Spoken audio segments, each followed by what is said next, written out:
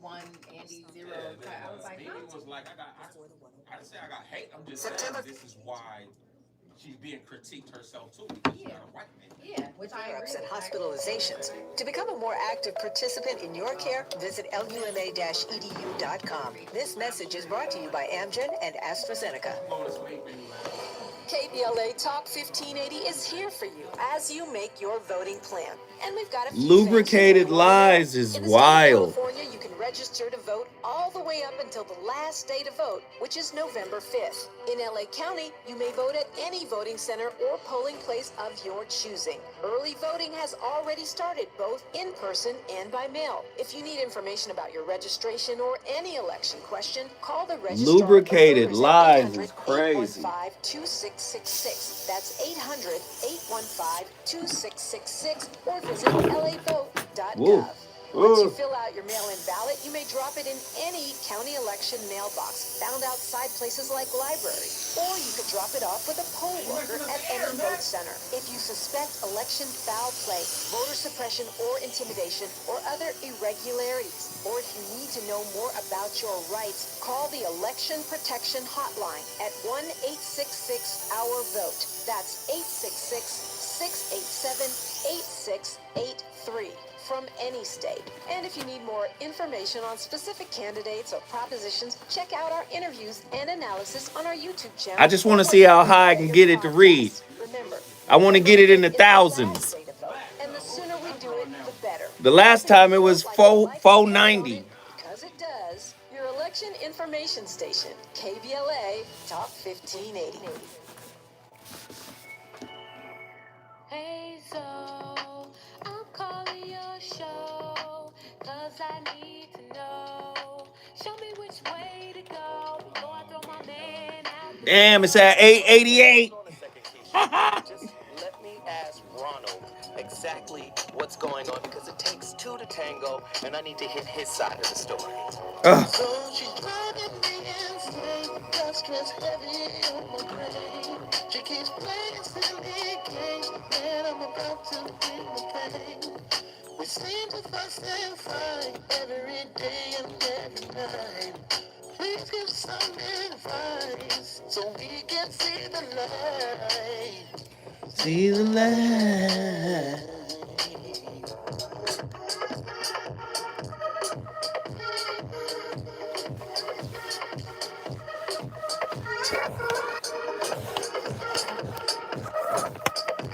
Oh.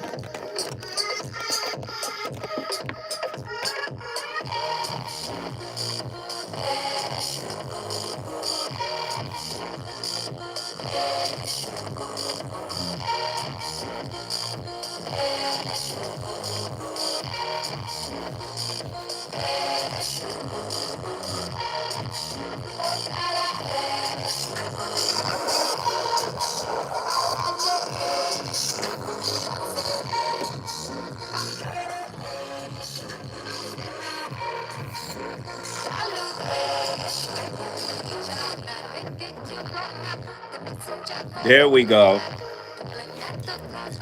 Yeah.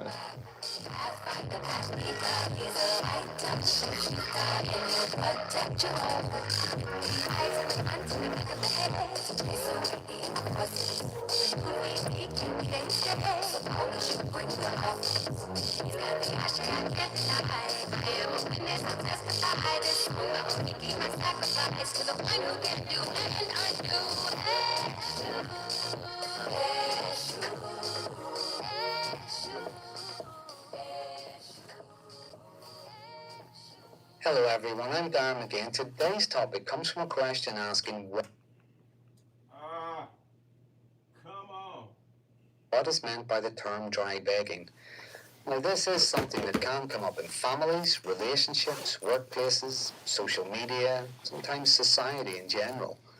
And although dry begging isn't exclusive to narcissists, in this video I'll look at what the term means, what it looks like, and some of the motivations behind it in the context of narcissism. I will also look at some ways to handle it. So firstly, dry begging is a colloquial term that's used to describe an act of soliciting assistance, favours, resources, sometimes even gifts, but doing it indirectly, doing it without explicitly asking for anything. It can be a subtle form of manipulation and coercion that's sometimes employed by narcissistic people to get them what they want, while making it seem like it's your idea. It works by exploiting social cues and emotional signals. Rather than just making a request, it usually involves dropping hints, showing some kind of a need or a vulnerability, making emotional demonstrations, but they're all aimed at creating a sense of obligation in others. They try to create situations where other people feel compelled to offer assistance or resources. And this can allow a narcissist to preserve their image, their sense of superiority and entitlement, while they're getting what they want. It's a kind of soft manipulation that typically involves inducing guilt in other people by exaggerating vulnerability. For instance, rather than just asking, "Could I borrow some money, please?" dry begging could involve, "I don't know how I'm going to pay the rent this month. My landlord already hates me and the cat's going to starve." And this is a way of having someone offer money without it being asked for. Another example could be, "If only I had more time, I would be able to do whatever it is." Now, a phrase like this indirectly suggests that someone's lack of time is hindering them, even though chances are they may have been wasting their time on other things. But the hope is that others will step in and provide assistance or solutions, while they probably go back to just wasting time. So it works by the narcissist portraying themselves as being in some kind of need or distress, but doesn't actually make a direct request. Instead, they play on their target's empathy and their guilt. Now, some of the motivations behind dry begging include, firstly, as a way to maintain control over their self-image while they're getting their needs, sometimes their demands, met. Narcissists generally have a fragile self-image that they desperately want to protect, and asking for help directly might make them look or feel vulnerable, weak, or dependent. And these are traits they might associate with inferiority, so the dry begging allows them to hint at their needs without compromising their sense of superiority or self-sufficiency. Secondly, it's a form of manipulation and control. If they keep on making open demands, sooner or later, others are just going to say no. So they prompt people to give them what they want by making it seem as if it's them. What in the world is going on? This is real. This is 100% real. Get ready, get ready, get ready, get ready. Lean in, lean in. If you're in your car, lean in. Turn it up, turn up the volume. If you're at home, if you're listening on your phone, turn it up, turn it up, turn it up. Get ready, get ready, get ready, get ready. This is a real situation. I was talking to a friend of mine, a homie of mine. I've known him since we were kids. He sent me a video. And the irony is, this topic is here today, right? He sent me a video that a young lady he's talking to sent him. Sent it to him on Instagram. And it was a video of this Asian woman who was swallowing a whole pickle. And basically, you know how they have like the caption or the words over the video? It said, "This is what I would be doing if my bills were paid, my nails were done, my rent, my car note, my this, my that, by my guy." He sent it to me. I said, "Is this dry begging?" I said, "I don't know if this is dry begging. I think this is clear cut." Like somebody is being quite open about what they would do if you took the load off their shoulder. Could the soft life that many women wish to have be a form of dry begging?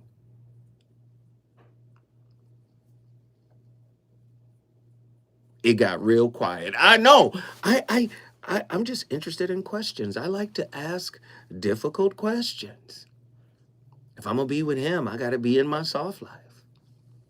And he's got to make a life for me that, he lessons, whatever. Could just saying, I want to be in my soft life, an indirect way of dry begging? I'm just asking. Listen, any real man who's worth his salt wants to take care of his woman anyway, so she shouldn't have to ask. However, is this like a new expectation? This is very interesting stuff tonight. What is dry begging? See, when you have a niece that's in her 30s, she's aware of all of these weird topics that an old geezer like myself would be like, huh? What? What is that? Unc, have you ever heard of the term dry begging? What? Of course not. What is that? It's a real situation. Are you in the valley of dry beggars? A deeper look at how your goodwill can and will become their great fortune. Let's get even deeper. Dry begging is a covert psychological tactic where manipulators subtly seek praise, recognition, assistance, or favors without directly asking for it. They're sidestepping all of the risks and outright rejection. Instead, they employ passive cues that prompt their target. What are these, masters of body language? This is dark psychology at its worst. I was going to say its finest, but maybe not at its finest, right? Oh my God, they employ passive cues that prompt their target to offer help, creating a runner-chaser dynamic rooted in unequal investment. This relationship resembles a parasitic bond where the beggar draws emotional or material resources, much like a virus siphoning the vitality from its host, although often linked to covert narcissism. This is why I keep trying to tell you, even if you're not clinically diagnosed as a narcissist, so many people got so many problems, and we all are pulling from the same manipulative toolbox. You don't have to be a narcissist to have access to a narcissistic toolbox. Goodness gracious. This is why so many people get confused and the word gets passed around. Oh, everybody's a narcissist. Oh, that was narcissistic. You're narcissistic. This is that. No, everyone has some narcissistic traits, 100%. You can't live in a culture, a society this toxic and not have any narcissistic traits. Okay, this is capitalism.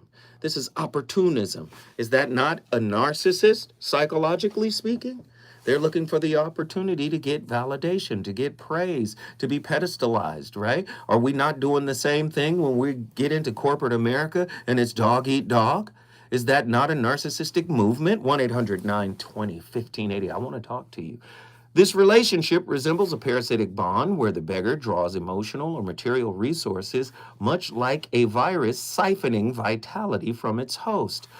Although often linked to covert narcissism, dry begging spans across the insecure and secure attachment styles, stemming not only from pride or ego, but frequently from the imprint of emotional neglect. These individuals avoid direct requests, often due to the complex interplay of pride, fear of conflict, or exposure, or rejection. I got exposed. I was revealed. The deeper issue, however, centers on motive. What unspoken needs and fears drive the avoidance of asking openly for what one desires? What lies beneath the reluctance to face the potential rebuff and instead embrace authenticity? What in the world? Dry begging. I'm going to because first off, begging is really like pleading. Come on, please, baby, baby, baby, please, baby, baby, baby, please. Can you imagine covert begging? Clandestine begging? right? Obfuscated begging? How do you put the passive aggressive pressure on so tough that it feels like you're energetically begging? Wow. Why would someone resort to passive aggressive methods to get their needs met versus an honest and upfront approach, right? What perceived risks are associated with authentic communication, and how can one overcome the fear of them? What are some relational consequences associated with prolonged dry begging? Is there a shared responsibility in the nature of a relationship that has been damaged by these kinds of manipulative tactics? If so, what repairs are needed to prevent further issues down the line? Do you resort to dry begging your significant other in order to get your basic needs met? I don't want to offend them. I got to be careful with how I ask. Or vice versa. Do you have a difficult time in intimate relationships asking for what you need from your significant other? How does the practice of dry begging reflect deeper societal norms around vulnerability and emotional expression? In what ways do the tactics of dry begging, right, make the true needs of the individual? And how does this mask the true needs of the individual? And how does this impact authentic communication in relationships? What underlying fears drives individuals to resort to passive-aggressive tactics instead of direct requests? And how can these fears be addressed? Well, if you wasn't seen or heard or listened to or validated or valued, oh my God, in childhood, it's going to be very difficult to actually say what you want in adulthood. If you didn't have a voice as a child, you won't have a voice as an adult. That's something you're going to have to learn to cultivate. Many people are finding this out the hard way. Ugh.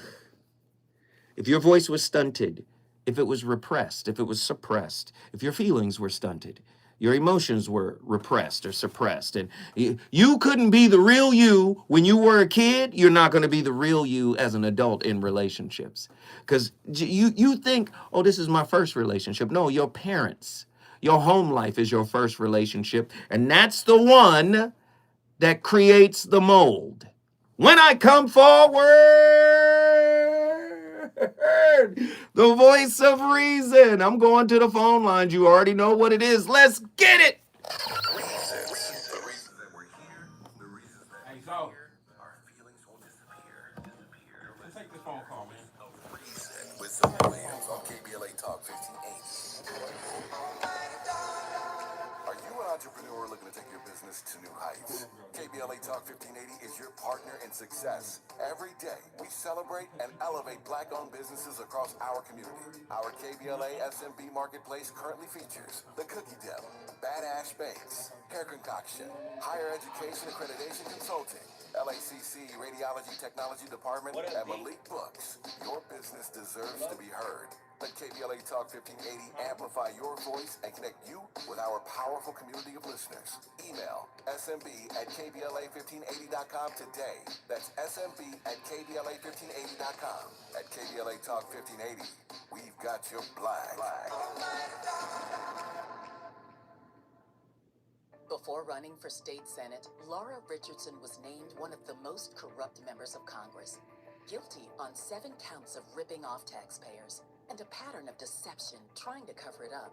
Richardson is too shady for state senate. For your state senator, frontline nurses, classroom teachers, and Planned Parenthood Advocacy Project, support Democrat Michelle Chambers, a champion for abortion rights, higher wages for workers, and more affordable health care. Democrat Michelle Chambers for State Senate. Ad paid for by nurses and educators supporting Chambers for Senate 2024, sponsored by labor and nonprofit environmental and health organizations. Ad committee's top funders, SEIU California State Council, not authorized by a candidate or committee controlled by a candidate. Around here, we don't believe in victimhood. We believe in raising our voices, amplifying black voices in the climate conversation. We're KBLA Talk 1580.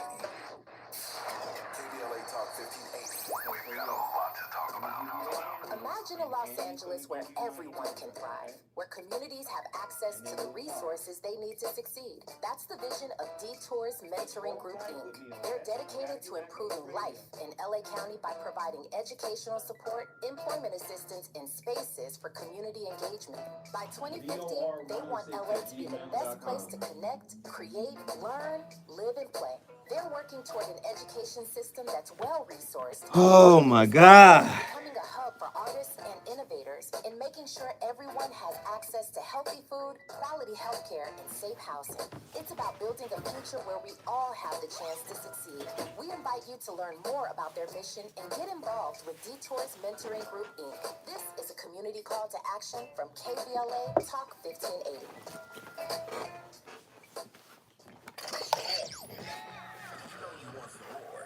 It's the voice of reason with Zoe Williams on KBLA Talk 1580.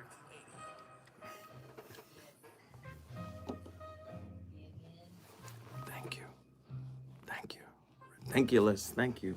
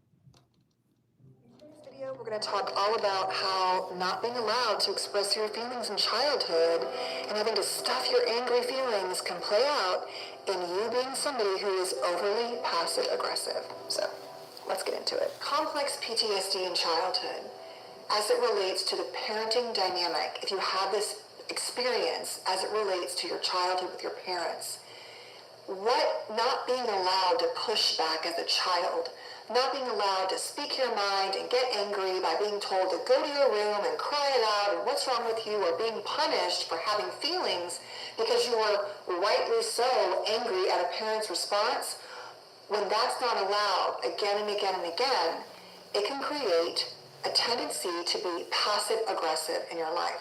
So let's talk about the role of passive aggressiveness as it relates to having complex PTSD in childhood. The first thing to know is that, and I'm also referencing everything I'm talking about is from this book, from Pete Walker's book, Complex PTSD, From Surviving to Thriving, is that kids are human beings, just like we are. As adults, we forget this, right? We sort of other them. But they get angry and triggered and annoyed, and rightly so. Let's say if you are responding in an extremely unfair way to a child, even a small child, they might not like that. They might push back. Now, let's say that that's the kind of parent you had, and when you tried to push back, you were, like I said, punished, criticized, controlled, sent away, whatever it was, again and again and again. In other words, there was never space for you to have your feelings, right? Or especially negative feelings, like crying, being angry. So what we're doing is we're taking an innate, normal response in children and saying, you don't get to have that response because there's a hierarchy here, and I'm the adult and you're the child, and you don't get to do that. And so it happens when that happens again and again and again in families. Listen, they can come up with all types of newfangled fancy terms all they want. I believe most people are dry beggars. To some degree, I believe dry begging is on a spectrum like everything else. I think when a person feels like they have more, when they're more accomplished, when when they view themselves as better than, you're going to see less dry begging. But if the tables are turned, you're going to see people measure their words. You're going to see people not be as direct, not be as confident. I mean, it just, no disrespect to my guy Nick Cannon. We love Nick Cannon, and I love he's not the same person he was when he married Mariah Carey, but you can sense that there was a sense of intimidation, being with a woman that is that powerful, being with a woman that is that wealthy, being with a woman at the time that's so beautiful, right? So it must have challenged him and his ideation of what real manhood is and where he saw himself in comparison to her. So again,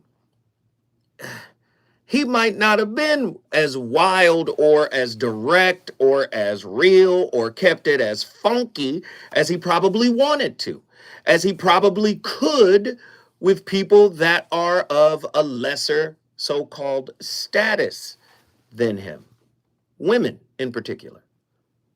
Are there ethical implications to dry begging, particularly in terms of emotional labor and reciprocity in relationship?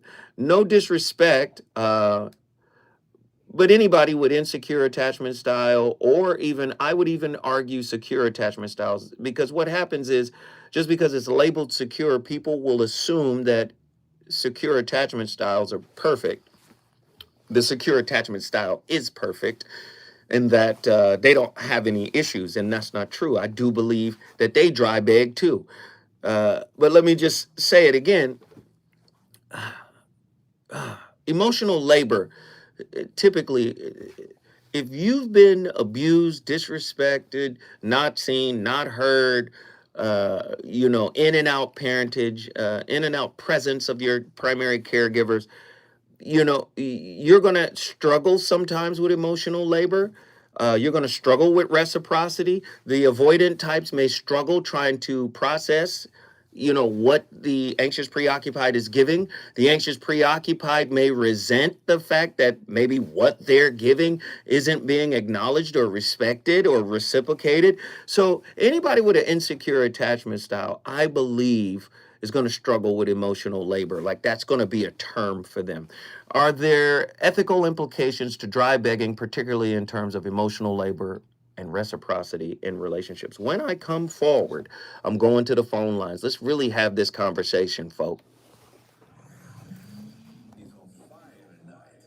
It's the voice of reason with Zoe Williams exclusively on KBLA Talk 1580.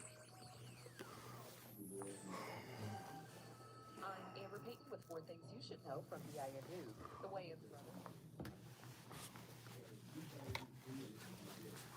Okay, Mimi, you do know facts can be skewed to fit a particular point, right? So you just broke down the facts. So 6 women, 12 kids later, he's secure now. Okay, that's all. Well, first off, you don't know him. I don't know him.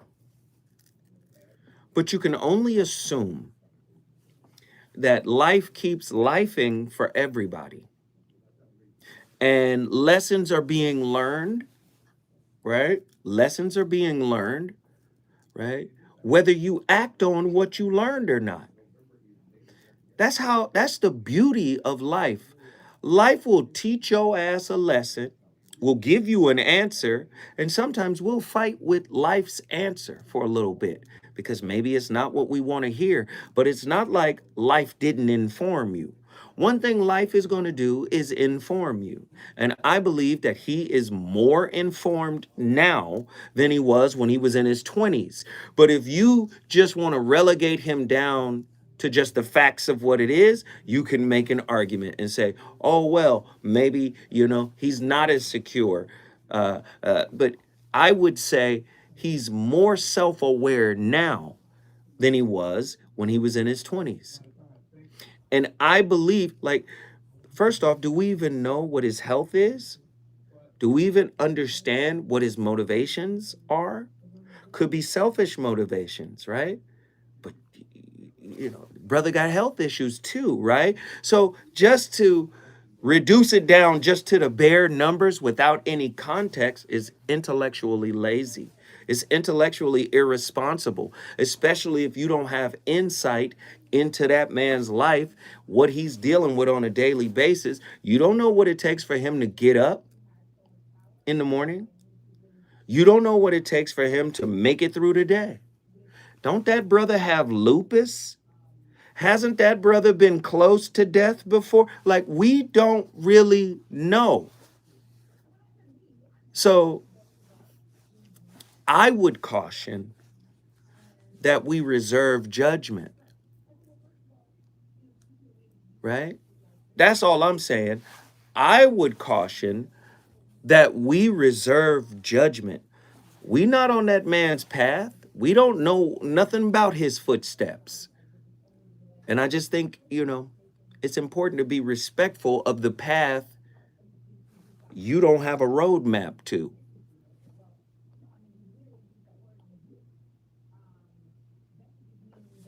That address ain't in your spiritual GPS.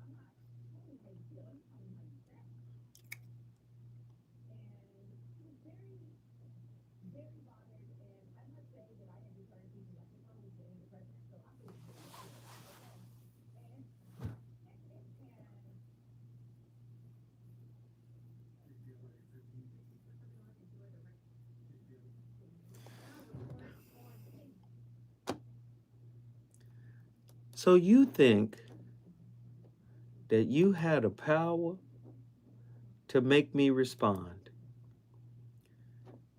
I could show you better than I could tell you, Mimi. This is a game to you. Now, you know I'm a Gemini, and as sweet and as endearing as I can be, I could be something entirely different. Sweetheart, please stay on my good side, would you? Please, because just stay on the good side. Stay in the light, Carol Ann. Stay in the light, Carol Ann.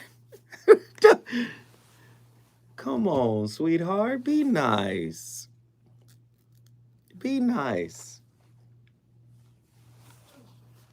Because if I recall, if I don't mention you, if I don't say your name with other people's name, you will remind me that I didn't say it. Right? Carol Ann. It was a messy comment. Your comments have been messy as of late. Clean up your comments. How about that? Your comments have been dripping with pettiness, childishness. How are your comments younger than you are? Be nice. Okay? Be nice, please.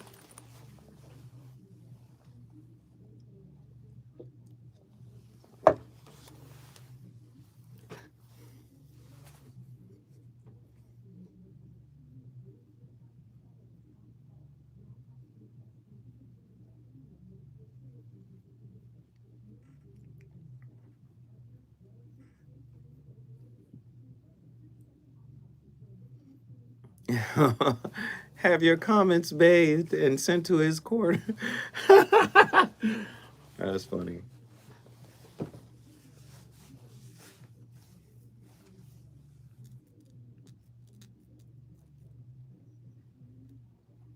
Your gold medal, Medal of Honor, is around the corner, Mr. Williams. I don't know what that means.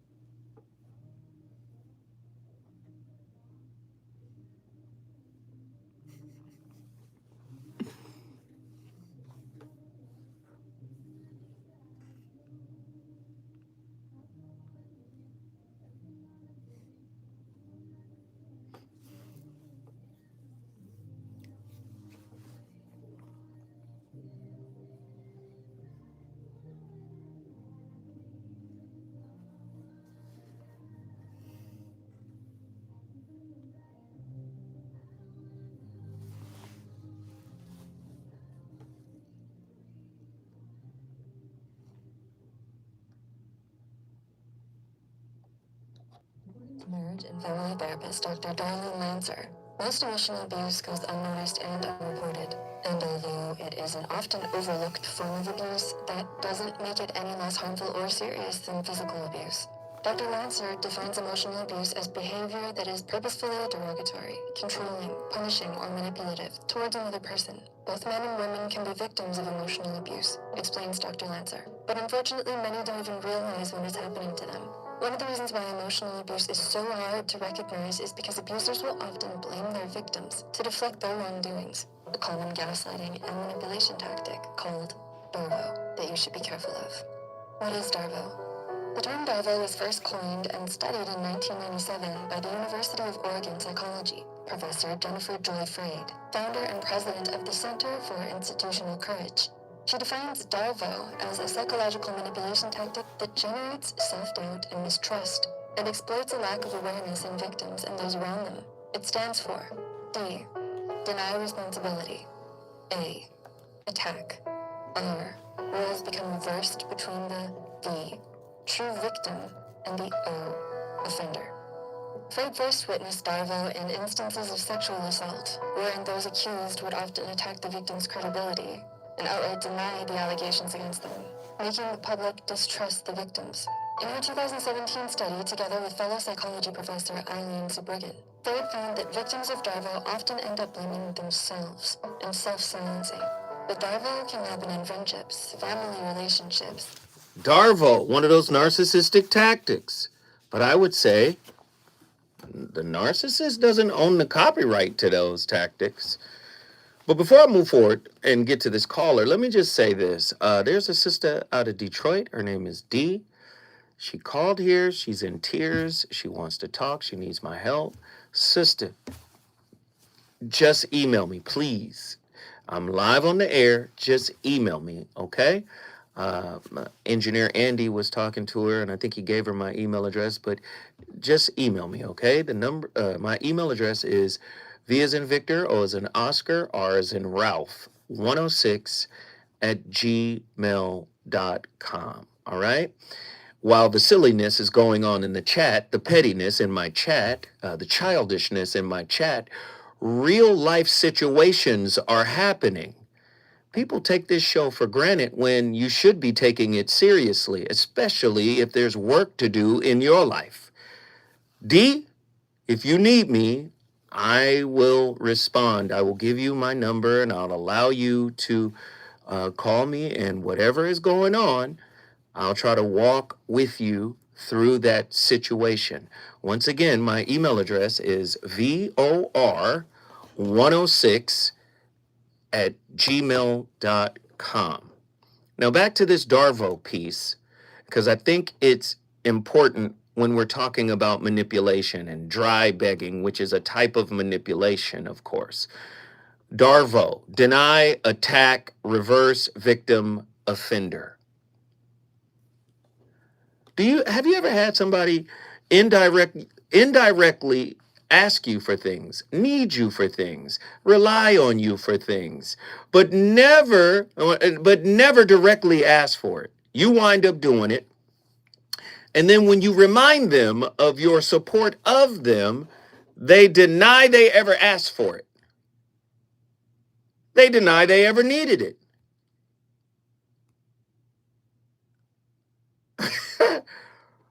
Ooh. And then attack you for bringing it up. Oh, so we keeping score now? Well, wait a minute. In healthy relationships, appreciation is the payoff to support. Now, it should be organic appreciation, right? The person who's doing it shouldn't be looking for appreciation. And the person who is receiving the support shouldn't be withholding appreciation. It should be organic. If you're in a relationship with somebody who does things for approval, acknowledgement, validation, and appreciation, they're doing it for the wrong reasons. But in a natural, healthy situation, right? If I support you, I'm not looking for it, but if you know what? I really appreciate you taking the time out of your busy schedule to come help me. That's cool, right? That's like, oh, wow, thank you. I mean, no worries, no problem, of course, right? That's healthy. But in these toxic relationships where passive aggressive manipulation is going on, right? Ugh, it gets ugly in these relationship dynamics. Have you been gaslit? Because it seems like dry begging is adjacent. It's like gaslighting adjacent. I'm not really asking, but I'm asking. And how do you figure it out? Right? I'm interested to know. We got callers on the line. I want to get my brother in right now. Reverend L, Dallas, Texas. What up, Rev? What's up, brother? What's up, brother Joe? Man, what are your thoughts on this? Man, every time you were talking, it was just making me more and more upset. Why? That drop begging is a we call it kind of in a sense of roaching. You roaching, you drop begging. Ooh, you roaching. You roaching. You may speak on what you really want. But let me go ahead and tell you how I look at it. Drop begging for men and drop begging for women is completely different. Please explain. Totally different. Explain it. Drop begging for men is like panhandling. It's panhandling, and you should have, for men, it's 10 times more egregious. Wait, slow down. Because you cooking right. Just wait a minute. You said dry begging for men is equivalent to panhandling? It's equivalent to panhandling. Explain that. For a man, and well, you know, all men are created different, not equal. We all created different. When a man is interested in a woman or whatnot and trying to put themselves in a perspective to show the woman that they are, you know, worthy to be chosen or whatnot, you can't come with the drop bag and the whole, you know, well, I would like to, would you mind? No, you have to be assertive. And when you're assertive, that shows that woman can see that you have some type of confidence or pride to yourself. Mm-hmm. One of those drop begging and well, you know what, baby, I wish that, you know, I could come over and spend the night. No, wait, Rev. I wouldn't call that dry begging. You know what I'd call that? Instead of, no, that is dry begging, but I wouldn't call it panhandling. You know what I'd call that? Okay. It's pantomiming. It's like he's got on a white face. His face is painted. He got the gloves on, and he's like pantomiming what he actually wants, and she has to kind of read his body language and read through in between the lines to figure out exactly what he's asking directly. Now, pretty much she knows what he's asking, but you're right. She might lay off answering him in hopes that he would just speak up and say what he needs to say, if that's what he's actually after, right? Yeah, and that's how the dynamics. If a man starts in that manner, that's how the relationship is gonna go. He's never gonna come out and say exactly what he means, how he means. It's gonna make things worse later. Because you need to go ahead and speak up on stuff instead of having things turn into problems later. No, So wait. that's just on the man's Wait. standpoint. Stay with me. Stay with me, Rev. Just stay with me. I got a quick story. And then I need you, Reverend, to break this down. He said dry begging for men and women are different. But here's my quick story. I'm in the cigar lounge. A dude came in to the chairman's lounge. He knew he wasn't supposed to be in there. He was like, yo, is it cool if I sit down? You know, absolutely, brother, you in here now. But it was some other sisters in there that he had been trying to get to. You understand me?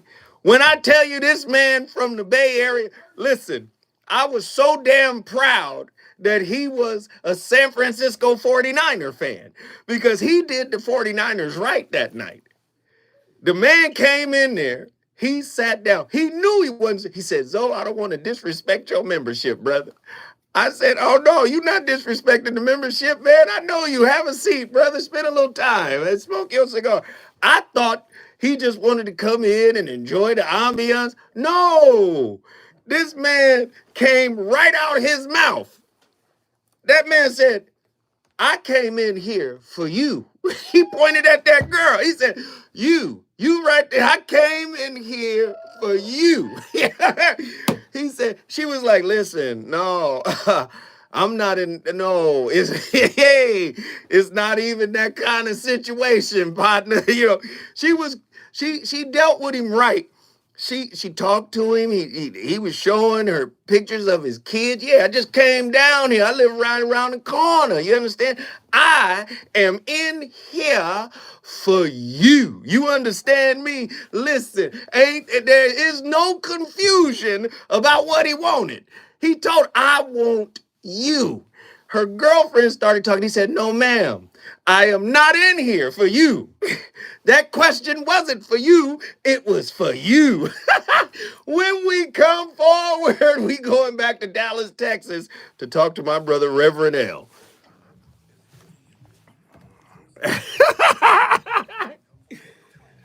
That motherfucker said, you. You understand me? This about you. I said, boy, say word. Say word. And the cold part was, she was like, look, here's a picture of my sister. You know, how old are you, brother? He told her his age. You know, she was like, yeah, you know, you seem really cool. You know what I'm saying? You seem really, really cool. And she said, I could go out on a limb right now and say you would be like a perfect fit for my sister. And I'm willing to connect y'all. And then he said, no, I'm not here for your sister. I didn't meet your sister. I didn't see your sister. I'm in here for you. She said, nah. Then she started getting like different with it. She was like, listen, you got a mouth. That's what she told him. I said, oh shit, this shit about to go bad. She said, you got a mouth. And I got a mouth. This ain't gonna mix because I'm gonna pop off on you. You know, I said, oh, she's starting to ratchet up on him. Oh man, hey, you know me. I'm like watching the television show. I'm like watching a reality show, right?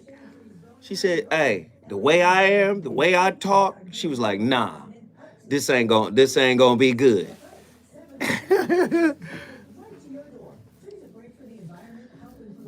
And he stayed there the whole night.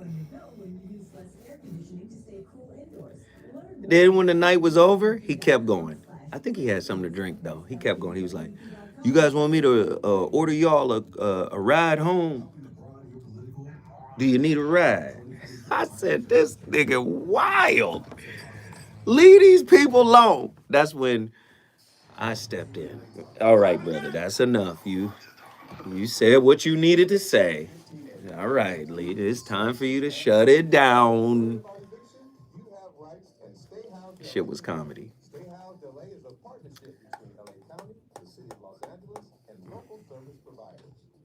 Nah, he told the other girl, I ain't talking to you. I said,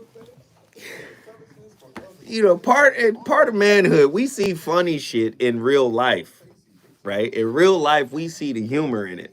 It'd be some tragic shit, and a nigga just start laughing like, "Do you see that shit?" You know. But when that motherfucker told old Gray, said, I'm not talking to you. I'm talking to her. I came in here for her. Now you know you ain't even supposed to be in here though. Now this motherfucker used his shot to get in the goddamn chairman's lounge.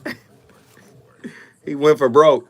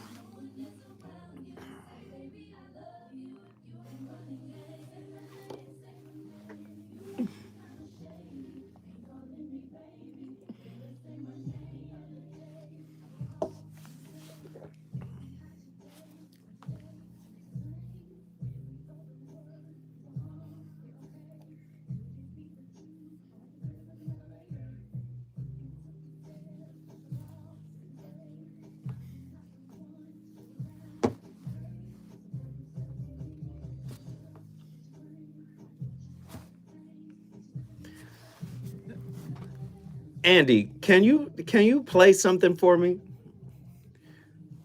Can you play Cater to You? Because and the reason why I'm saying this, can a woman dry beg through nurturing behaviors? Just like empathy can be cognitive. Can there be cognitive nurturing, cognitive caring? Come on, Beyonce.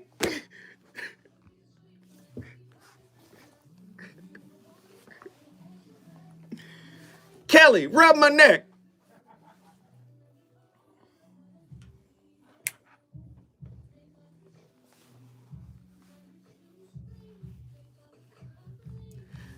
She doing this for something.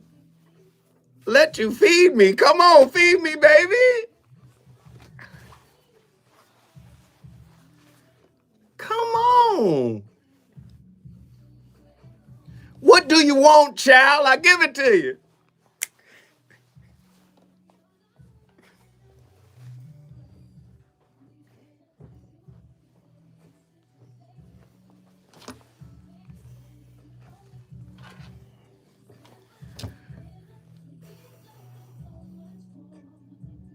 Turn it off.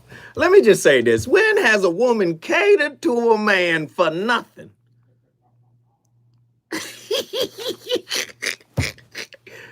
I'm interested to know, like, selfless catering. You see, this is what you guys think is funny, and I know I'm bringing some levity into this discussion. But when Krishnamurti says, I love you, and I don't want a thing from you, it's foreign. This is why I play him so much, because he has these revolutionary ideas that actually realign the true purpose of relating.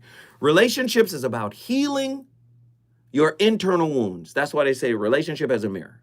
Relationships are about healing internal wound from childhood. That's what they're about. That's how you see yourself. That's how you build your self-knowledge library. Relationships, right? But the way we got it flipped, when is the last time somebody catered to you, for you, on some Florence Nightingale, right?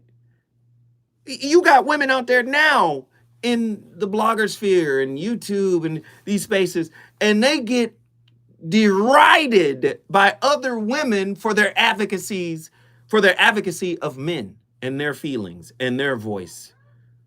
Right? I'm just being honest. Like, can we just be real about it? Does this not happen? So when I hear topics like dry begging, at its core, dry begging is a passive, indirect strategy used to avoid the potential rejection of a direct request. I had a woman tell me out her mouth. Now, ladies, if you can relate, call me, 1-800-920-1580. I had a woman tell me out her mouth, I'm not going to give him any sex, but I will flirt to convert. Is that not dark psychology? I will bat an eye to get by. She said, these were her words, flirt to convert. If I need something to be taken, I know a girl got 35 men on call. And these men are goofy. I mean, oh God, can you take my bed down? Sure, boss lady.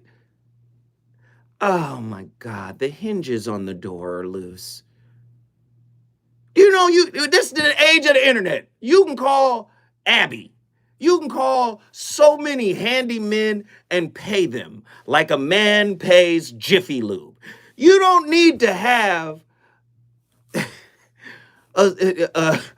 an orbit full of satellite men who have this ideation, well, maybe one day she'll give me a shot after I put up the ceiling fan.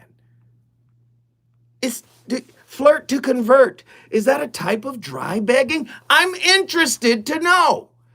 1-800-920-1580. Is this old? Is this something that has been around forever? I'd like to know.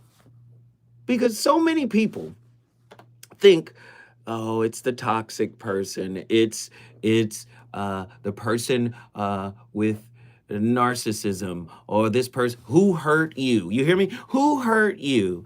Who did this to you? You always get these kind of questions when you start to say, you know, some of your tactics are passive aggressive. Some of your tactics are manipulative. Who hurt you? Okay, so you don't really want to have a conversation. The whole game, like Attila just said, Attila, call in here and expound on that. She just said the whole game, she said game is also dry begging. Absolutely. Most men are out here with a philosophy that's based on manipulation. And manipulation, whatever tactics, there are gaslighting, dry begging, whatever a man can do to get to second base, he's gonna do. And when he get to second base, believe you me, he gonna steal third. When we come forward, I'm going back to my brother, Reverend L. Dallas, Texas. He's got a lot to talk about.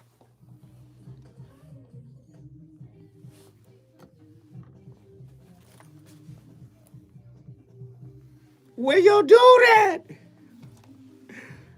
Hey, that's dope. Dry beggars be like, where you do that?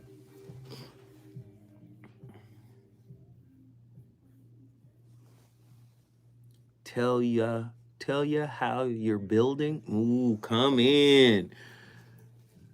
I drink your bath water, but they had better pickup lines back in the day. Come on. The Wife School podcast. Come on. When is Wifey gonna call in to the show? Wife, call in, okay? Only thing don't do that. You talking like an FA. Don't do that. Boy, that was mighty FA of you, Attila. Don't do that. That's you. What? Wow. Wow. That's probably the most FA thing you've ever said. Damn.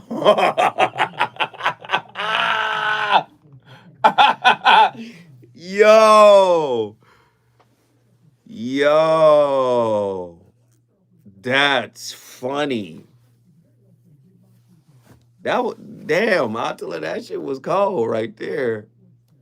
Building a case, my nigga. That's funny. That's funny.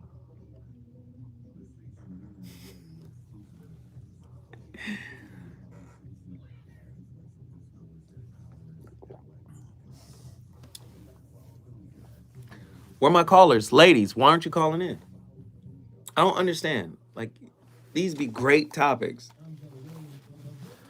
Call in. The number to dial, 1-800-920-1580. Please hit the like button, hit the like button, hit the like button. Does black love still exist? What are your bedroom turnoffs, fantasies, and fetishes? Financial infidelity. I'm dating a fat person. Are they worth the wait? Trust me, this gonna be crazy. How about the heavy stuff? The child wasn't his, and he still had to pay child support. It's a very heated topic. How was that right? Mama's baby, daddy's maybe. I just have so many questions I want to ask you. I was like the kids. This gonna be war down.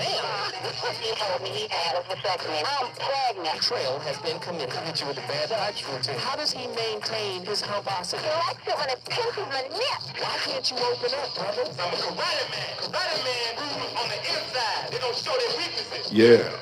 How do you rate women so well? So William, Reason and accountability. the voice of reason. In this short video, I'm going to show you how to tell if you are about to be manipulated by a controller in your relationship. So if you're ready, let's get going. There are dozens of ways that you can be controlled and manipulated in your own relationship, but this one example is about when you are face-to-face and you are asking questions of the other person. To illustrate this point, I'm going to use a video of Lori Daybell. She was being interviewed and questioned for a capital offense. What you want to watch for in this particular example is if you're talking to your partner and you're working on a problem and you get a little bit nervous about asking a question and they begin to get very confident because you are nervous. So pay attention how the interviewer starts to feel a little bit nervous and watch how Lori gains all kinds of confidence because of her nervousness. Is there anything else that I didn't ask about or anything that we didn't cover that you think is important? I always ask that just because I wasn't there, and so we're going through something that happened. Now, the interview is rationalizing to Lori about why she's even going down this line of questioning. I always ask that just because I wasn't there, and so we're going through something that happened. And I want you to see the power that Lori gains when she feels that the interviewer is nervous. Now, notice she's doing a self-soothing gesture. That's the arms folded. It doesn't necessarily mean that you're trying to block people out. Anytime you touch yourself, it's a self-soothing gesture. But the minute she senses that the interviewer is a little bit nervous, she stops doing the self-soothing and she adjusts herself and sits up perfectly straight and gains all kinds of confidence. We're going through something that happened. Notice how she sees that this interviewer is nervous. Everything about her posture changes. Everything about her demeanor changes. Did you see the little smile? She went from concern to absolute confidence in the matter of about 1 or 2 seconds because of the insecurity shown by the questioner. This is where you see the smile on her face, and now you will see the closed eye talking, which is usually demonstrated when someone is either, one, trying to ignore people around them and push the world out. Now, what if you were raised by a parent like that? You're going to bring that same smoke, that manipulative tactic to adult relationships. Let's just be honest. Can we just keep it a buck? Let's be honest about it. Oh, my goodness. See, people say, oh, relationships ain't that complicated. Yes, they are. People are complicated. And if you don't understand the roadmap that led that person to you, come on. How are you going to understand how to deal with them? Right? Reverend L, get back in here, good brother. Oh, man, because I got something for you. Today's topic, right? Okay. With the dry begging. After you make your point, remind me to tell you about dry complaining. Dry complaining, gotcha. Dry complaining. Go ahead, brother. Okay, so now you sparked my conversation about that lady friend that you talked about. The lady friend, not yours, but I'm saying the lady that you said that she got multiple people she can call or whatever like that. I guarantee you anything, she's a vagina merchant. But she's very particular about where she sells her merchandise. I guarantee it, though, because, see, a lot of women already know who can get it, who can't get it. But if you can get a little bit of dollar on top of it, it's a win-win. Now, are they gonna say that? No, that's behind the scenes what women gonna talk to other women about. But us men, we know what it is. Now, some of them guys, they gonna go for the highest bidder. They just gonna go for it. So they don't mind. They have no shame. That's the part why I said about men. We have a very ugly demeanor when it comes to this drop begging, because these women know a lot of these guys, over 50% of them, will drop beg their ways to try to get some. Well, wait, hold on. Let's just do this. The dry beggar and the trick seems to be the same thing with regards to talking to a man. So if you're going to talk about a woman being a vagina merchant, you got to talk about the weenie that has to pay for it. They go together like a codependent and a narcissist. They go together now. Yeah. That's where I'm going to now. So with the man's point, that's why I said the man is more, he should know better, but he doesn't, because he's trying to get to that prize. Now, on the woman's standpoint, I'll give the woman credit. Years ago, it was noble for a woman to be a damsel in distress.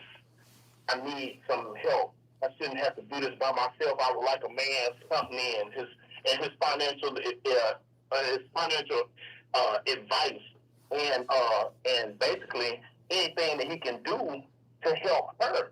It was noble to that. Like, oh yeah, he's a good man. He provides for his family and all this other stuff. And women wouldn't have to come around and beat around the bush and drop beg for him.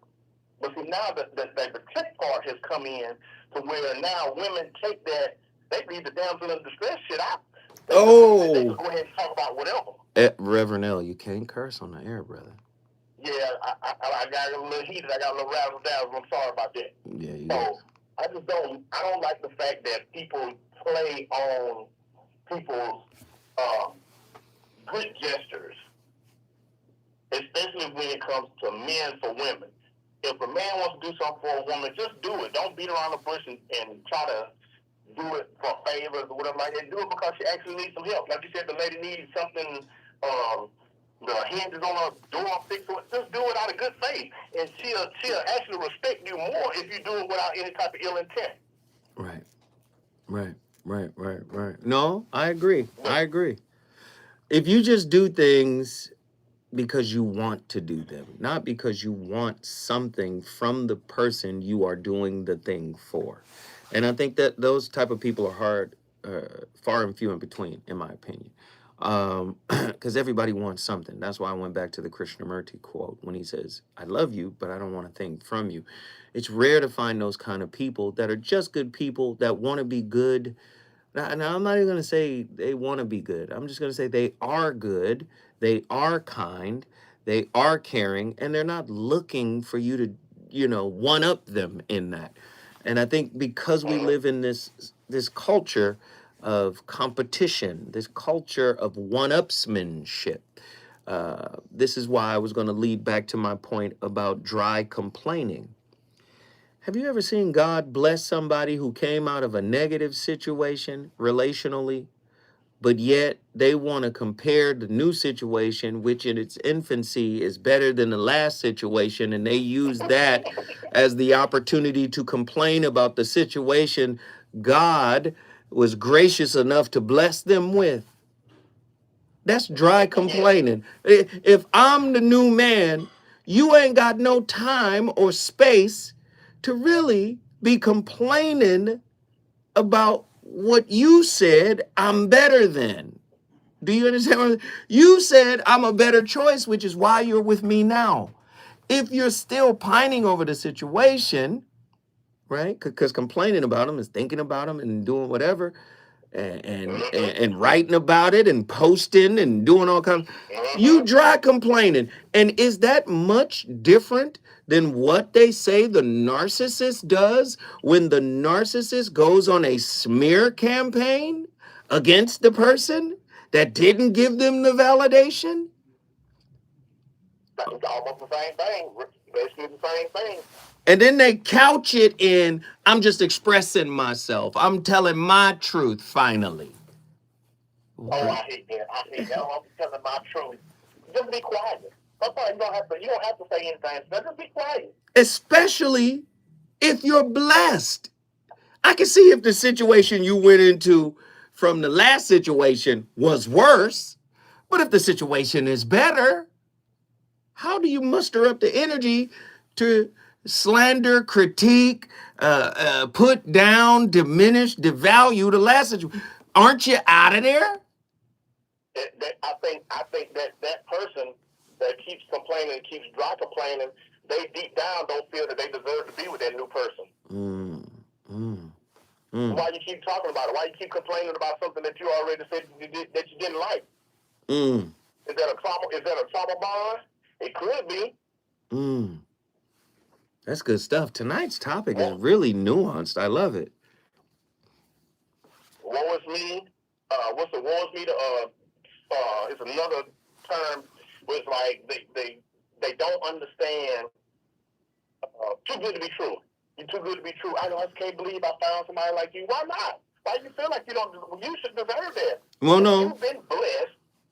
Well, let me just say this, Reverend. That's tough. Okay. Because if you've been abused, right? If you came out of an abusive situation, and when I say abuse, it doesn't always have to be physical.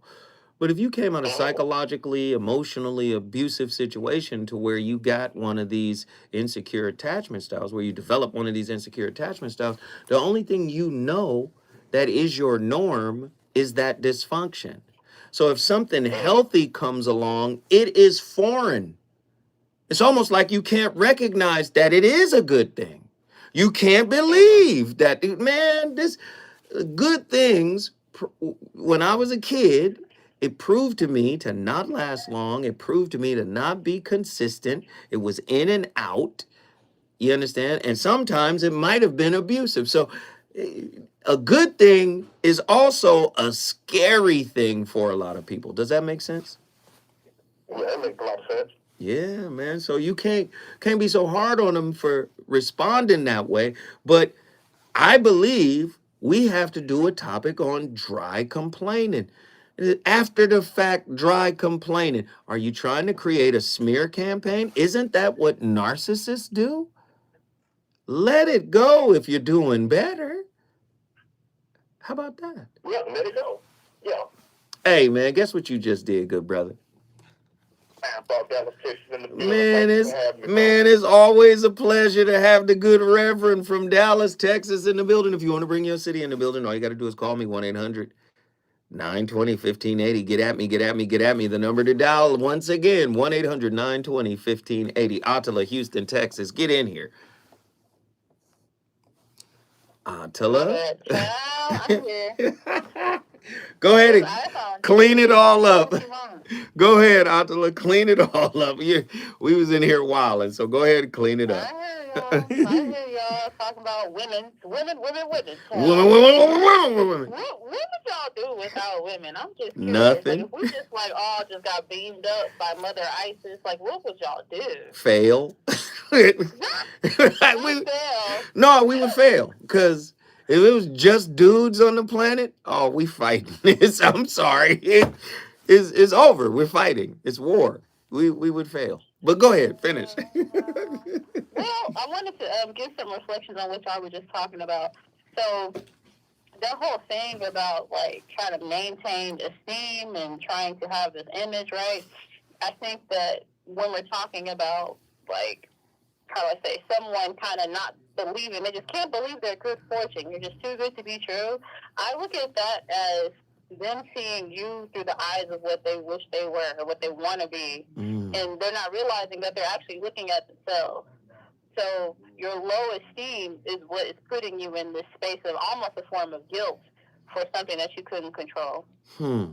That's heavy. So, yeah, I kind of see it almost too. It's kind of like a warning sign. It's a potential that there might be a mismanagement of blessings because they've never held that blessing. Ooh. Not to say that you shouldn't pursue them or go forward with a relationship, but I do think it's like a yellow flag of, hey, this person is embarking on this new journey, and you may be the catalyst towards their progress, but you could also be the lesson towards their further improvement. So, I don't know. That's a tough one, right? I think there's a fine line between having grace and not understanding that you might be dealing with someone who is lacking the maturity to understand what they're actually looking at in you and in themselves.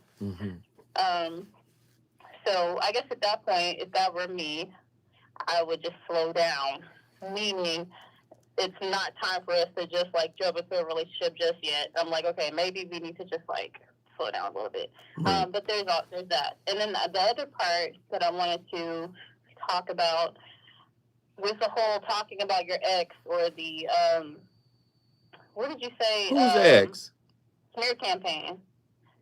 The smear campaign thing. Like when narcissists talk about their ex with the smear campaign. Oh, yeah, right? yeah. To me, if you're speaking on something, you're thinking on it. Dry complaining, right.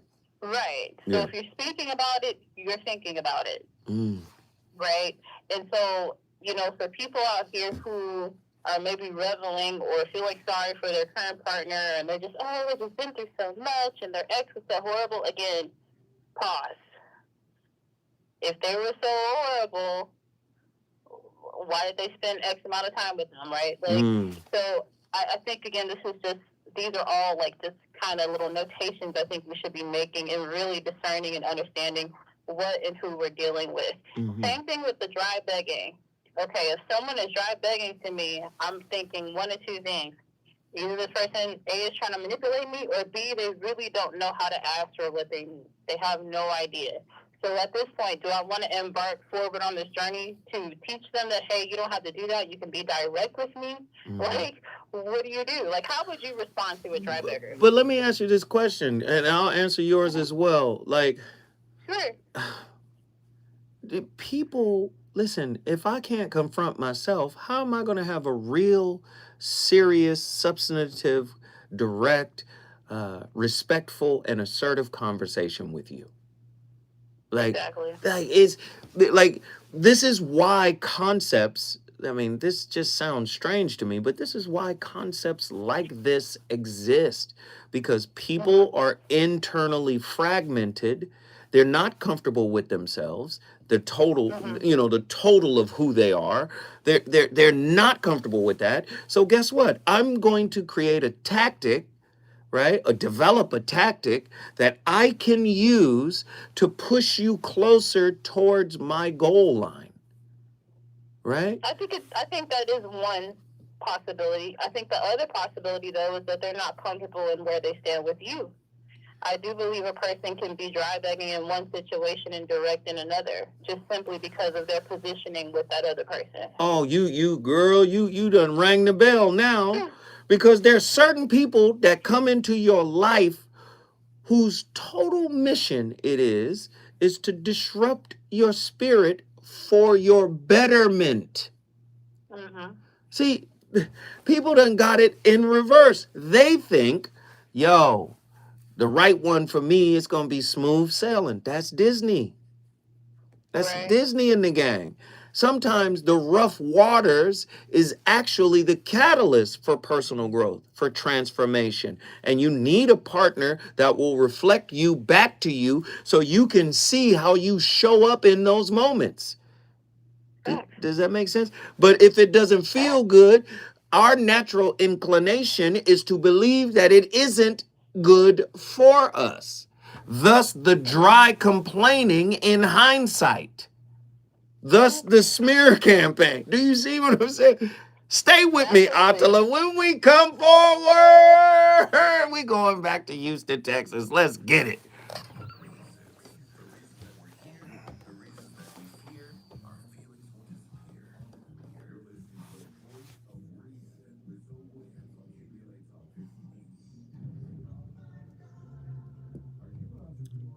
Serenity. I'm sorry, baby, but that's not entirely true. Can I say something to you, Serenity?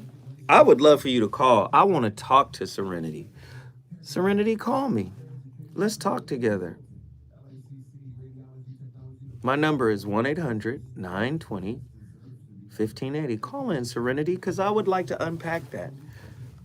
Let's talk about it, okay? Attila's smart as hell, Diamond. I can't take no credit for it. Everybody hit the like button, hit the like button, hit the share button. I hope people have gone to my Cash App to show a little love. We just ask for the minimum amount that you could give, whatever you can, $2, $3, whatever it is. Moderators, please put my Cash App in the chat. Let me put my damn shoes. God damn it.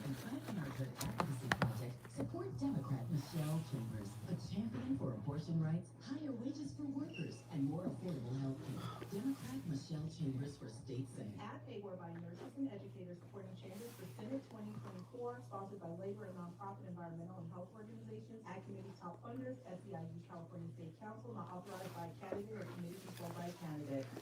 Yep. Then Andy disappears when the phone rings. Ah! Sorry. What is going on with the phone? All right, here we go. There we go. Chicago in the house. What up? Go to my Cash App. Show your love. Support your brother Zoe Williams, please. Attila be cooking, man.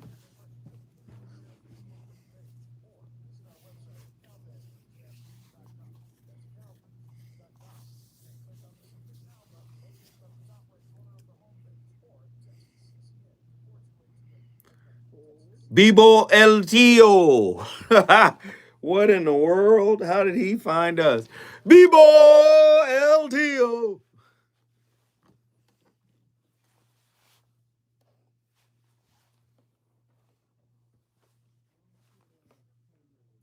Time flew by, right?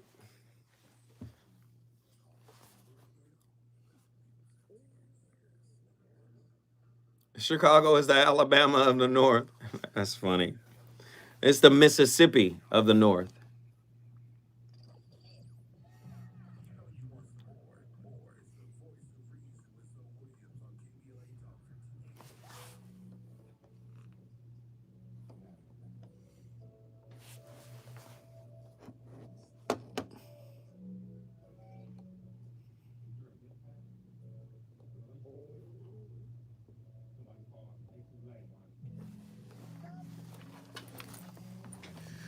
Just can't turn it loose.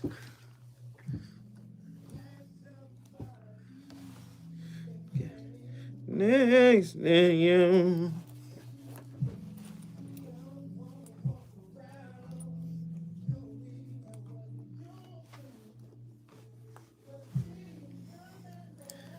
This is dry begging. Cool.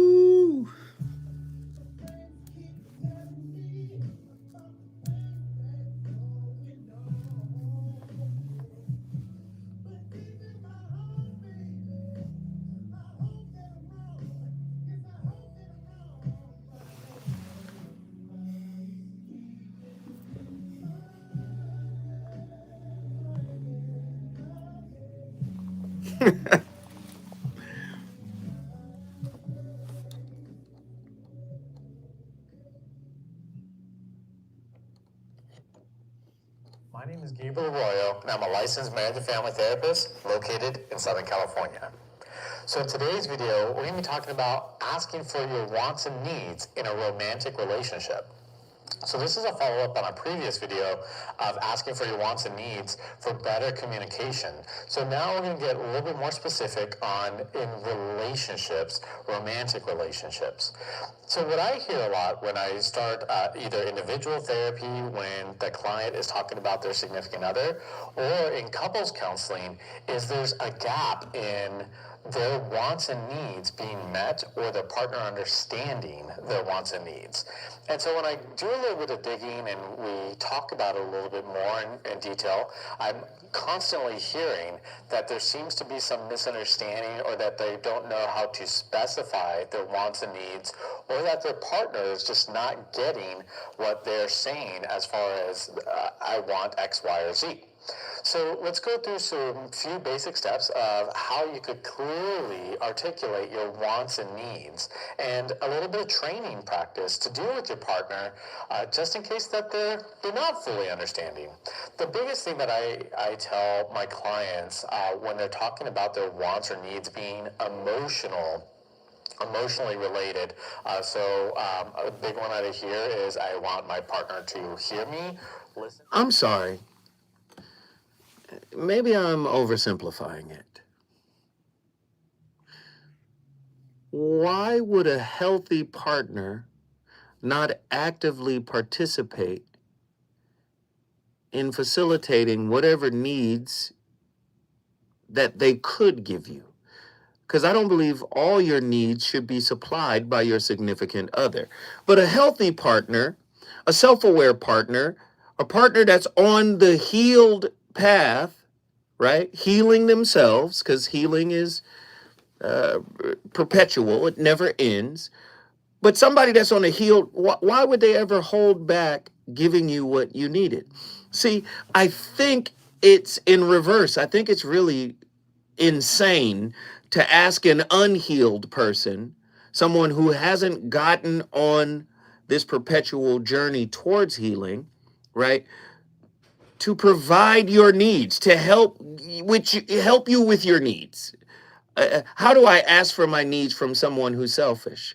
From someone who's as damaged as I am? We're looking at all of the research: Ross Rosenberg, Krishnamurti, Babette Rothschild. We're looking at all these different Piaget, Dr. David R. Hawkins. We're looking at all these people out here who's talking about this, right? Dr. Mark Goulston, Dr. Alan Berger. Okay, Dr. Jashana Johnson, Dr. Shalonda Crawford, right? And what we're seeing is, what? You mean to tell me codependents are attracted to narcissists? Yeah. What? You mean to tell me that insecure attachment styles are attracted to everybody? Oh, yeah. So we draw each other. So how is it that we could still have a conversation to say, well, they're not meeting my needs? Well, if they haven't gotten on the healing process for themselves, they're not meeting their own needs. So why would it be an expectation of them to meet you? We got to work this through. When I come forward, me and Atul are going to fix this.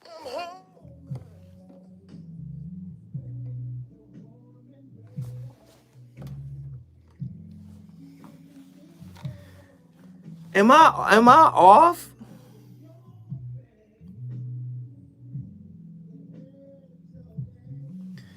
Am I off on that?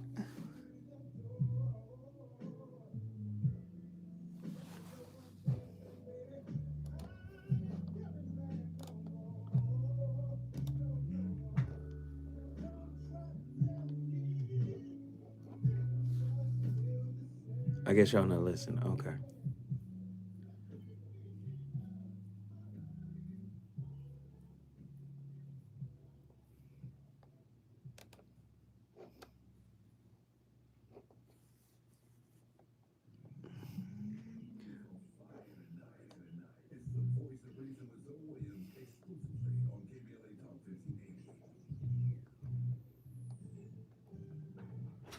Amber Payton with 4 things you should know from VIN News. The Wayans brothers are reuniting for the first time in 18 years for a scary movie reboot. Marlon, Sean, and Keenan are writing the script for Don't expect no email. the 6th movie in the franchise. Why? Because she can't send an email. Why? After an armed individual barricaded themselves in a high-rise hotel. I was like, yo, DM, I can't do it. I'm like, hotel in Midtown where so like, give me your email address. It's unclear. I didn't write it down. Okay. Jury selection is continuing in Manhattan for Daniel Penny's trial. The 25-year-old Marine veteran is charged in last year's subway chokehold death of Jordan Neely because the mentally ill black man allegedly was verbally threatening other riders. And Mike Tyson has invested in plant-based chain Mr. Charlie's TMS to expand its U.S. and global presence. The brand emphasizes healthy food and second-chance jobs, aligning with Tyson's values. Get VIN News on demand 24/7 at VINnews.com. Want to save up to 50% on new blinds and shades? Blindstar offers custom-made blinds, shades, and shutters at prices way less than big box retailers. Right now, save up to 50% off any order during Blindster's July 4th sale. Hurry, sale ends July 8th. Blindster.com. Be sure to follow us on Instagram at KBLA1580. The station leading the way with exclusive interviews, stimulating conversation, and intellectual discourse that empowers, enlightens, and informs. Follow the leader at KBLA1580.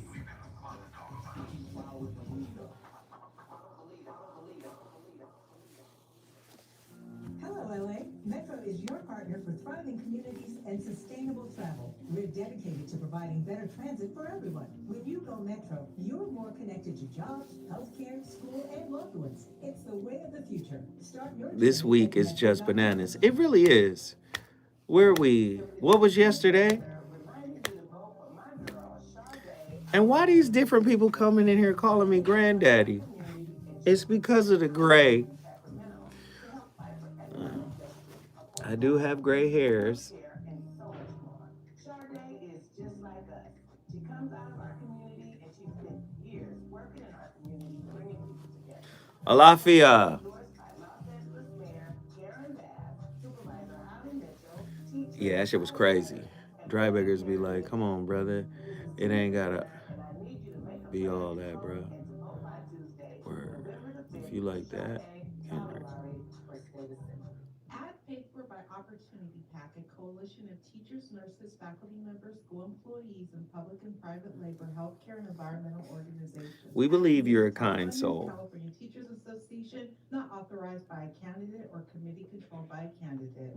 If you say you care about the community, you have to also care about the climate. We're KBLA Talk 1580, and we've got you. Lily Lanier. Hello.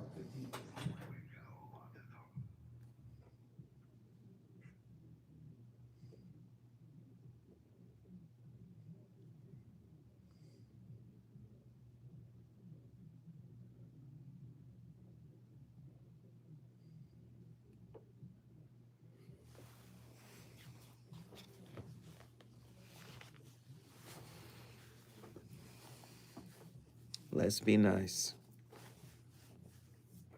Let's be kind.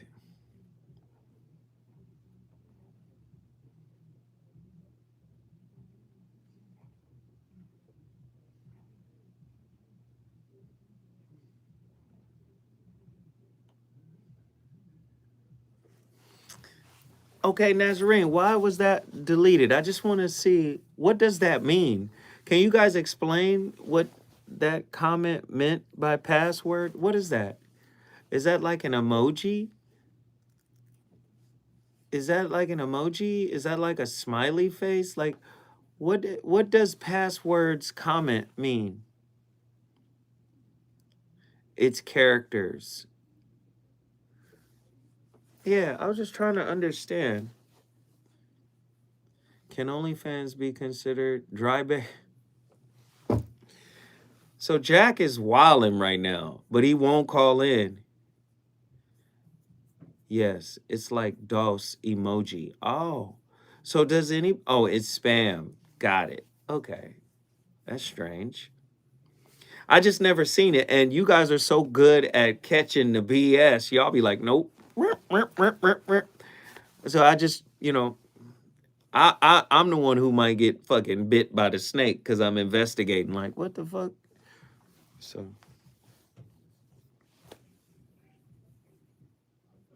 11:30. What up?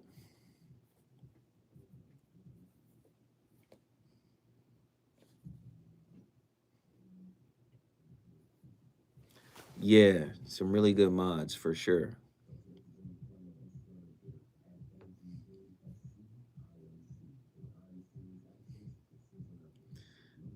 We cooking the algorithm over here too. Oh, word up. Here we go.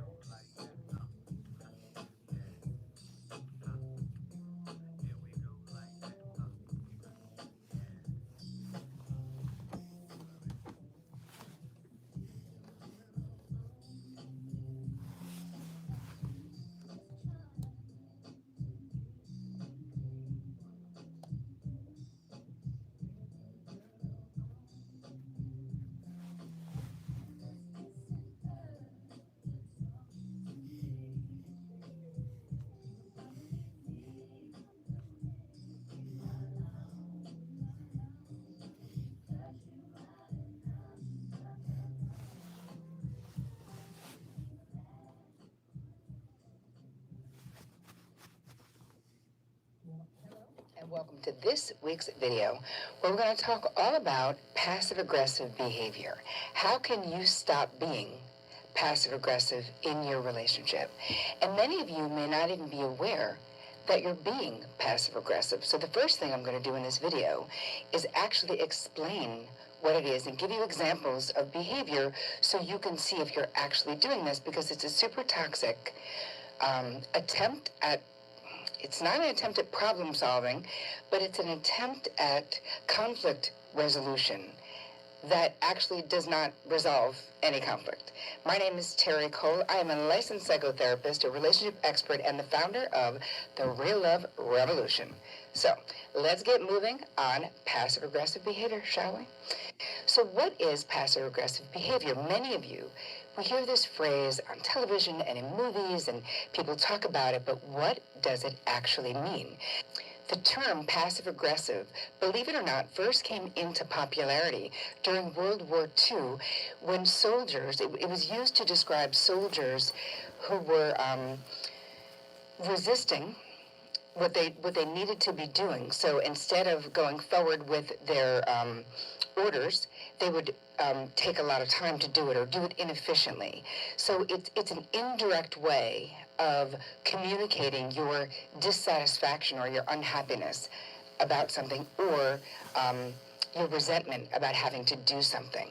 So as you go further on into like using it in popular vernacular and what's gone on societally, is that this is something that's been around as long as people have interacted. So let's just start with that. This is not new. Knowing about it, talking about it, all the popularization of these terms has really only happened in the 70s, 80s, 90s, and now, let's say, in the 2000s. Because this was just the way it was. There were certain rules of engagement societally where if you were a woman, if you were a minority, there was only passive-aggressive ways of expressing yourself. But we don't, at least if you live in North America, we don't live in this experience exactly right now. And passive-aggressive behavior is super, super toxic to relationships. So this is a conflict style, it's a conflict resolution style, quote unquote, right? So what happens is if you have passive-aggressive tendencies, and why would that happen? Let's just talk about the origin of in your own life. Why would you become passive-aggressive? Well, people become passive-aggressive when they grow up in an environment where it's not okay to speak the truth, where there's so many rules and regulations and a lot of judgment.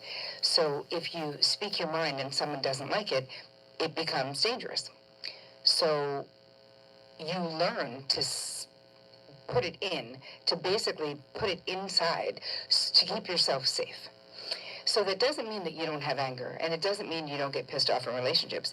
It means that what you did learn was that directly expressing that anger was not a safe thing to do. So. Wow.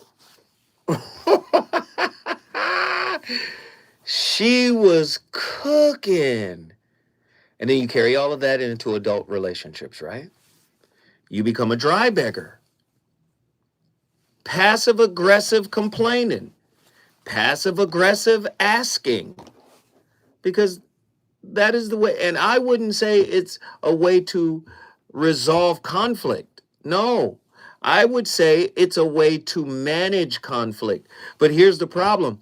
It's not a long-term solution. It's a moment-by-moment solution, right? Passive-aggressiveness. Because at some point, your partner recognizes the microaggressions that are contained within the passive-aggressive behavior. And after a while, that's enough. What's on your mind? Like, spit it out. We gonna have it out now. You've been dry begging for 6 years, and I ain't said nothing. Right? The consequences of prolonged dry begging can be significant for both partners. Over time, indirect communication tactics can create an imbalance in emotional labor, where one partner becomes the consistent giver while the other partner repeatedly takes. Stop right there. The emotional labor is on the person that is trying to fix the relationship, not the one that's trying to run from it. They will translate running as emotional labor. But the real emotional labor comes in the direct request from the person trying to fix the relationship, from the person apologizing. My bad. I was wrong. How can I show you, the proper level of remorse? I apologize for any hurt I caused you, all of the hurt I caused you. I'm here 100% with you, ready to work through it all. We can go to therapy together, by ourselves, but let's commit to the process of repairing what was broken. I'm here for all of it. But if you got somebody that's running, that doesn't want to do that because they've been conditioned to view any kind of hurt, any kind of conflict, any kind of disagreement as something's wrong with this. And as Attila mentioned before, putting together the reason to leave list. Get in here, Attila. Let's talk about it. Okay. Ooh. Dry snitching, dry hating on the FAs. I'm not hating. That wasn't directed towards y'all. What? I heard it talking about running and all that. Everybody run. Even. That's not labor. Running is labor. You ever run and not get tired? Listen. Emotional labor. I know. I'm joshing. Okay, I was about to say. But it's external. I would say this. It is labor, but it's external. The emotional labor. Internal labor. But the emotional labor, right?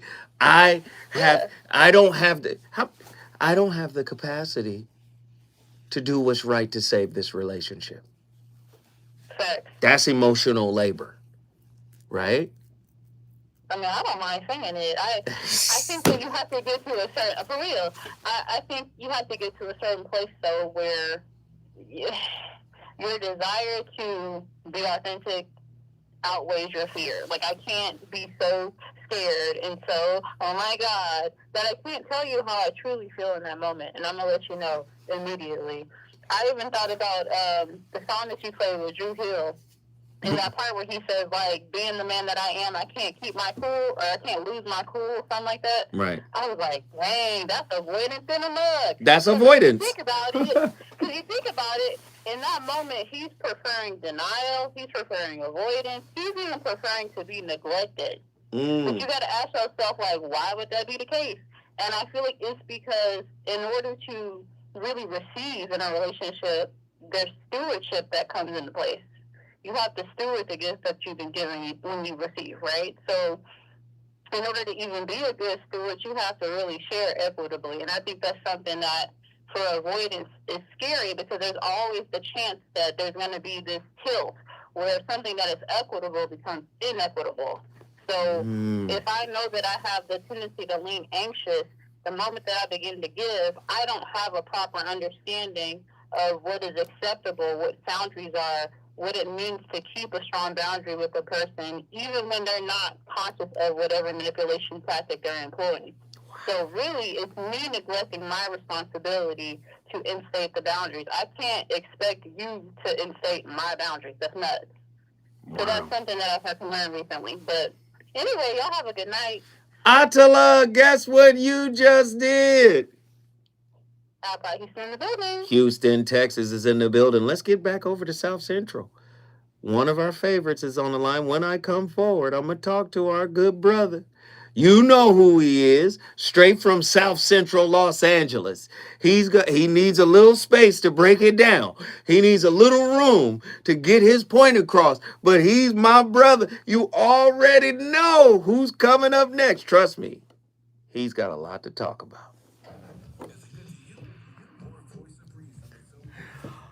Oh,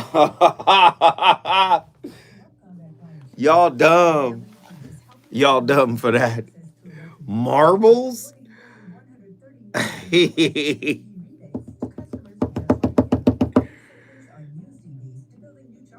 Y'all crazy.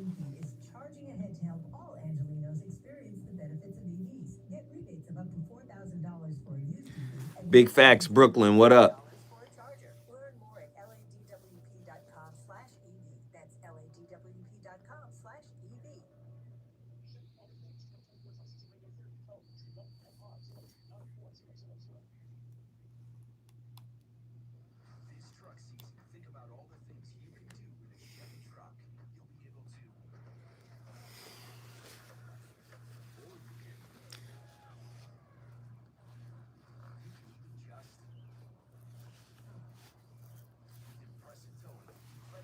What? I don't. Yeah. I don't know what you're talking about. Big Facts, Brooklyn. Hey, LA residents, it's planting season and the perfect time to get shade trees growing around your home. LADWP and City Plants are giving every resident up to 7 free trees. That's right, 7 free trees delivered right to your door. Trees are great for the environment, help improve air quality, and can help you save on your bill when you use less air conditioning to stay cool indoors. Learn more at ladwp.com/free trees. Come on, brother. That ain't, what are you talking about, man? This ain't even the what you doing, brother? This ain't that kind of party, pimp. What's going on?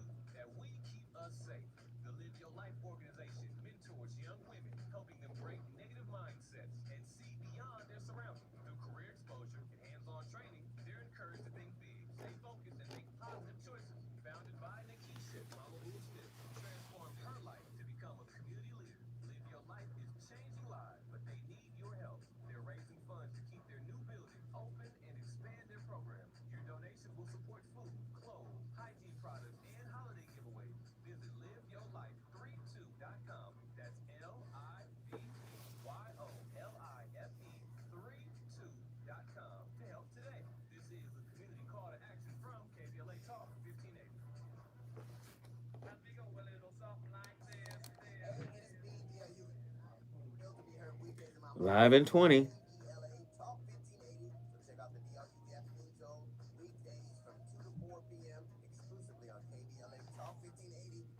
Not playing one.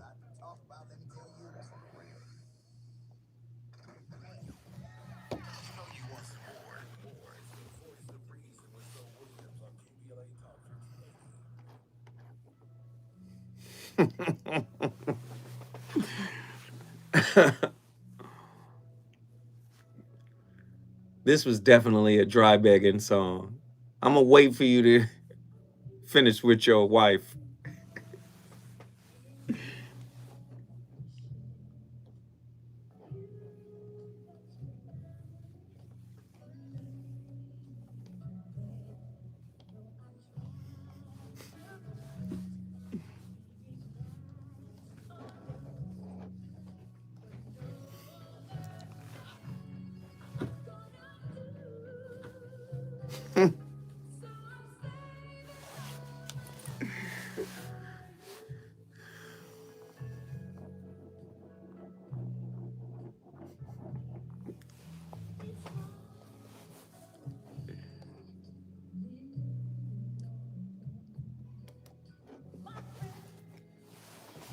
Man, I love Whitney. My God. Whitney was such a talent, man. And people forget Whitney was supermodel fine. Like, for real fine. Like, supermodel fine. She was gorgeous. Voice, one of a kind. Just an amazing talent, man. Saving All My Love for You, Whitney Houston. Great record. Let me get to my final caller tonight. JW, unless somebody else calls in, you guys are more than welcome. JW, SCLA, you know what that is, South Central Los Angeles. JW, what are your thoughts on tonight's topic? Pretty provocative topic, you think?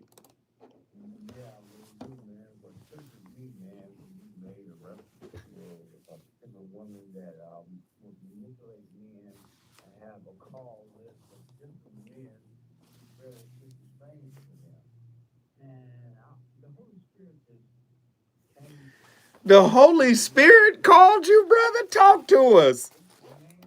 It put in my conscience the word instant gratification. Ooh. And I'm like, you also made reference to how far back this goes. So wait, let me be clear. You're telling me when I was talking about the girl who had like a satellite satellites orbiting her, and she can call any guy to come and fix and do and perform and jump through hoops and whatever she needed at the time. You said that the Holy Ghost put a word into you, and that word was what again? Instant gratification. My. Speak on it, brother. My. And then you alluded to how far back has this went in terms, and I thought about older people back in my grandma's era, and them women married the men, and they called them men honeydews, like a honeydew melon. Honeydews. Keep going. He said a honeydew man. Come on, talk to us. Yeah. What is a honeydew man? Tell us. The same difference. That's the old folks' expression, same difference. I make my own expression that says, oh, ice cream with the same flavor. Go Same ahead. difference.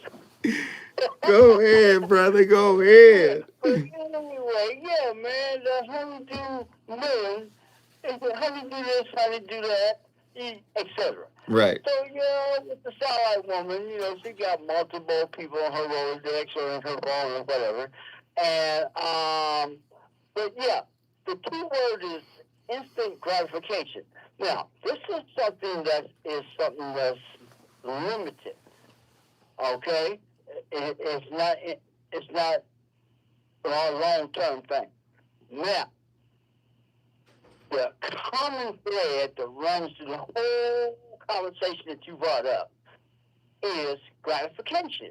Mm-hmm. Now, the first gratification is the girl that can get whatever to do whatever. But the long-term gratification is once you go through the process, like you always speak on, and you come to the conclusion that you got to go within and let the Holy Spirit and yourself, and you deal with who you are, and then if you get in a relationship with a significant other, then that shows you who you are in comparisons, and you can work on self and improve on self, and each other can improve on each other. And that's a long-term gratification.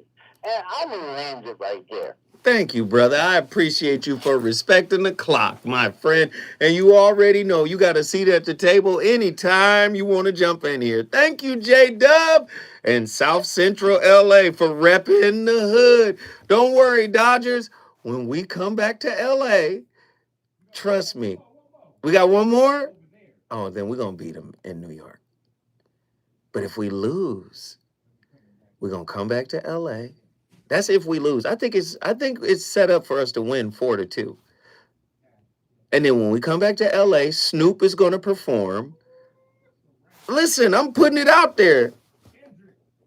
Kendrick is doing the Super Bowl. It's going to be Snoop and Dre. And you're going to see they're going to do California Love. And it's going to get turned up. It's going to be crazy. So we're going to win. I ain't tripping. We're going to win. But there's some theatrics involved. I'm acting like I'm on the planning. I'm on the board. No, I'm not. But back to the topic. Listen, to counteract the tendencies towards dry begging, you have to cultivate within your intimate relationships. But I would first say within yourself and then within your intimate relationships, right? A culture of direct communication. It's essential. If you can't directly confront yourself about what you need to work on, it's going to be virtually impossible for you to do that in your intimate relationships, right? Direct communication, right? On an intrapersonal level as well as an interpersonal level. An intrapersonal level is with yourself, right? That's the most important relationship you could ever be in. Intrapersonally, you got to be able to confront yourself. You got to be able to talk to yourself. And I don't mean confront yourself with force. I mean confront yourself with power. When you confront yourself with power, you're confronting yourself empathetically without judgment. When you're confronting yourself with force, you're confronting yourself with criticism, with put downs, with negative self-talk. So direct communication that is non-judgmental, that is powerful. That's how you begin the healing process, right? It will enable individuals to express their needs even to themselves in a transparent way, right? And this is going to foster trust with self and then with others. And then, like I say all the time, before you can get mutual, you got to get neutral, right? You got to get neutral internally. Intrapersonally, get neutral, right? When those wounds are out of whack, it's hard for you to have some like mutuality with somebody else, right? In building these skills, one must confront fears of rejection. First, you got to stop rejecting yourself. Fears of criticism. First, you got to stop criticizing yourself. Then you have to recognize that these fears are often rooted in childhood attachment wounds or past experiences of neglect. Once you begin to unravel those knots, through non-judgmental observation, through empathetic acceptance, right? You heal, or you begin the healing process, then you can show up as a real human being in a relationship and be clear about what it is you want to say. But again, if you were born in that environment and you've conditioned yourself for over 35, 40 years to suppress, repress, deflect, avoid, neglect, right?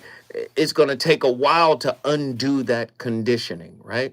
This is why we cultivate coping mechanisms that allow us to become these kind of like mercenary, manipulative, Machiavellian type characters in relationships. We're trying to get what we didn't get in childhood. I hope we started a new conversation. I want you guys to continue to talk about it. I'm Zoe Williams, the voice of reason. I'll be back tomorrow with another slapper. Hope you guys enjoyed it. Zoe Williams, the voice of reason. I'll see you tomorrow. Deuces.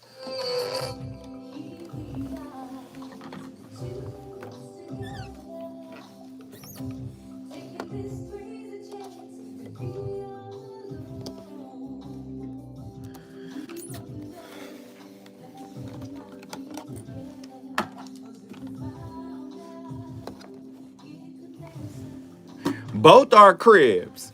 I hate to think about us meeting up. It would show on my face. Yo. Fly show. All right, bro. Yes, sir.